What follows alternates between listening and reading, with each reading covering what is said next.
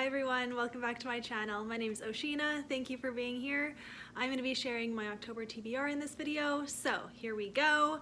It's a lot of books because I've just been on a library frenzy where I'm just checking out all the books that sound interesting to me all at once because that's fun. And yeah, so I've got a lot of options here, and some of them are carryovers from September that I didn't get to. Recently I looked over my reading goals for the year, and there's a few that I have not even touched yet, so some of these books are going to fulfill those goals, so hopefully I read them, you know. So two of the goals were to read a Lynette Eason book and an Irene Hannon book, and I own these ones and I still haven't read from these authors. I did read two short stories by Lynette Eason, and I loved what I saw, so I'm really curious what her full-length novels will be like, so I'm definitely excited for this one. And then I haven't heard anything about this book, but I've seen Irene Hannon around. These are Christian, like, mystery suspense writers, and so I think I'm gonna like them. They're right up my alley. And yeah, so these are the first two. These are both the start of a series. I think this is a 4-book one and this is a 3-book one, so start a little stack right there. It's gonna fall on me, I already know. Okay, so the thrillers that I still need to read, you would have seen these already, and honestly, hopefully I've read some of these. Yeah, right, I haven't. Okay, so I still have The Family Upstairs. I have a feeling I might DNF it, to be honest, but I'm gonna try. We'll see. I'm gonna read some of it today, I think, and yes, I'm actually gonna set that out of the stack. I'm gonna try to read The Family Upstairs today and see if I actually want to read it. And then I have Home Before Dark. I've heard pretty good things about this. I've read Raleigh Sager before. I read Lock Every Door, and I really enjoyed that book, so I don't know if that was a fluke or if I will like this one too. This is metafiction too, which sometimes I don't like unless the meta in the fiction is good, so we'll see. Super excited about the one. I think I'm going to like it, I hope. So I definitely want to give it a go. It's just slightly big, you know, but it's fine. I've heard just such great things about John Mars's books, and they're so unique sounding and like really cool. So this one I think is about like a dating service or a DNA test that matches you with your perfect match, but like things go wrong, I don't know, because there's like arrows here and like blood is trickling down from one, so that's kind of freaky. I don't know. If you have read John Mars, can you tell me like how clean are his books in terms of language and then also like sexual content? I'd like to know. And then I have The Dilemma by B.A. Paris. You know, not sure if that's gonna get read, but anyways, those are the thrillers that I still have. Okay, then I did get the last 2 books of the Kaylee Quinn Profiler trilogy. I read Mind Games in September, and so these are the next 2 books. I loved Mind Games, gave it 5 stars. I am super impressed, so I definitely want to read the rest of the trilogy. And these are like fairly short. It had really good faith in it, like, and I really like Kaylee as a character, so anyways, I'm really excited about these. They'll definitely get read. Yeah. So if you didn't see in my vlog, I will link the vlog down below. Someone sent this book to me. They Turned the World Upside Down by Charles Martin.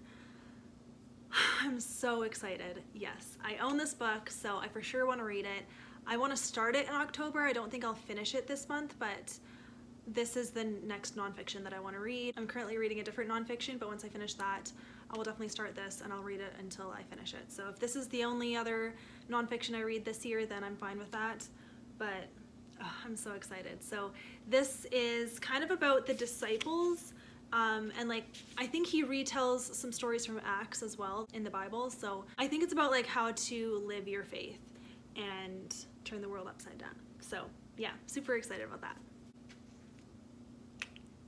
And then if I have time, I don't know. This Present Darkness, I have been meaning to read this all year and I'm running out of time. So I want to read it. It just is gonna be so intense that I'm like, I have to be ready for it, you know? Just like with anything. And so I'm gonna try to get ready to read this, and I would really like to. So we'll see. I hope that I at least start it in October. but it's gonna be a busy month. I also have Smoke Screen by Terry Blackstock from the libraries and ebooks, so I'm currently reading that. And then these 3 books I also didn't get to yet, so My Hope Next Door by Tammy L. Gray. This would be a reread, but I have the sequel to it, so I'd like to read that. Love this book. I can't wait to read it again, actually. And then I never ended up reading A Cowboy for Keeps by Jody Headland, and I would still like to. Yeah. I don't know. This is a lot of books, right? So I can't read all of them. So we'll see. So then The Art of Losing Yourself by Katie Ganchert I still also have, but I have not read. So I think that'll be it. Yeah. Okay, so I would also like to discuss readathons because I rarely ever do readathons. I barely participate, and I mean, what else can you do? I don't lead any and I don't participate in any. And it's not because I don't like them, it's just, but what I would like to hear from you guys is, do you like readathons? Do you like when the booktubers you follow share about the readathons and like do them and make vlogs for them, and like how much do readathons inspire you and like make you want to read? Because I love seeing everyone's readathon TBRs. I think it's so fun to watch, and I love seeing readathon vlogs too. But then when I think to do them, I just don't. Like, I think a lot of the times the prompts intimidate me, because if I can't make the books that I actually want to read fit the prompts, then I'm like, why am I doing this, you know? I feel like I have like I don't know. Like, if you remember in January, I did a little readathon with Holly from Lovely Day with Holly. I'll link her channel, and I'll link the vlog I did for it. It was back in January, but if you want to see that, we did a Read in the New Year readathon, and it was really fun, and I loved it, and I was like, I should do this more often. It's really fun. But if you remember, for all the prompts, I barely followed them at all. Like, I definitely, you know, made them work for me. And I guess like the whole point of a readathon is just that you read. It's not to like fulfill some special prompt. But at the same time, if I don't actually do any of the prompts right, what's the point of doing the readathon? So that's what I struggle with. It's really the prompts that like intimidate me. So then I just never do it. So if you don't mind, I would like to hear from you. What are your favorite readathons that exist? What are some cool ones that are happening in October? And then I'm almost wondering, like, are there any Christian readathons, like to read Christian books? Because that would work for me, you know? And then I'm thinking, should I start my own? I don't know. But yeah, I've just been thinking about that lately, that I would like to be more active in readathons, but I don't know where to start, I guess. There's so many now, and yeah. It's just been on my mind, so. Well, anyways, I think that's it for me. Thank you so much for listening if you did. And I'm really excited about my September wrap-up. That will be coming up next. And I think we're done here, so okay.